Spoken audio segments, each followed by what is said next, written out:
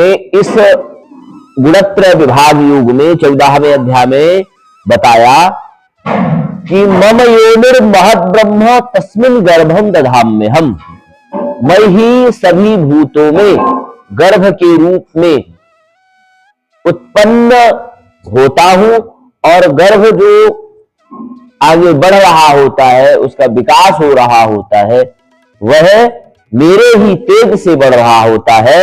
हे अर्जुन, तुम ऐसा जानो, हे कौन्तेय, सर्वयोनिषु मूर्तयः संभवन्ति। हे कौन्तेय, जो भी तुम देखते होगे सभी योनि में, सभी योनियों में ना बच्चे जन्म लेते हैं। कुत्ता में भी कुत्ता एक जन्म लेता है, बिल्ली में भी बिल्ली का बच्चा जन्म लेता है, और पशु में भी पशु का बच्चा जन्म लेता है। ये सभी के सभी मूर्तयः संभवन्ति। ये जो सभी देख रहे हो, ये मूर्तिमान रूप में जो भी सभी हो रहे हैं, मैं ही तासाम ब्रह्म, उन सभी में ब्रह्म के रूप में विद्यमान मैं हूं। और महद योनि, उनकी जो महनीय योनि है, उसमें बीज को प्रदान करने वाला पिता के रूप में, वो तो पिता एक निमित्त मात्र है, कारण मैं ही हूं। अहम बीजः प्रदः पिता, पिता के रूप में बीज को प्रदान करने वाला मैं ही हूं।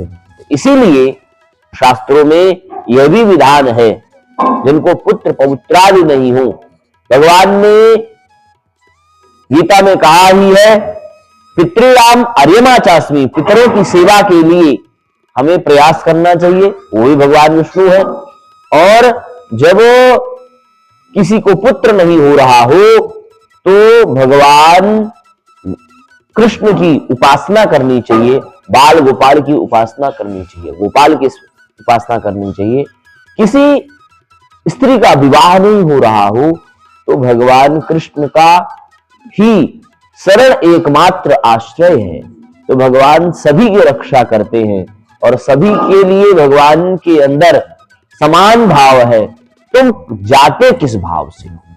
तो यह भगवान ने आज बताया कि सभी योनियों में जो तुम देख रहे हो, जो गर्भ जो जन्म लेते हैं, हे अर्जुन, वह मेरे ही तेज से जन्म लेते हैं। इसमें पिता का कोई रोल नहीं है, पिता तो एक निमित्त मात्र है। और सभी भूतों में जो गर्भ है, वह मेरे ही तेज से होता है और मैं ही सबका पिता हूं।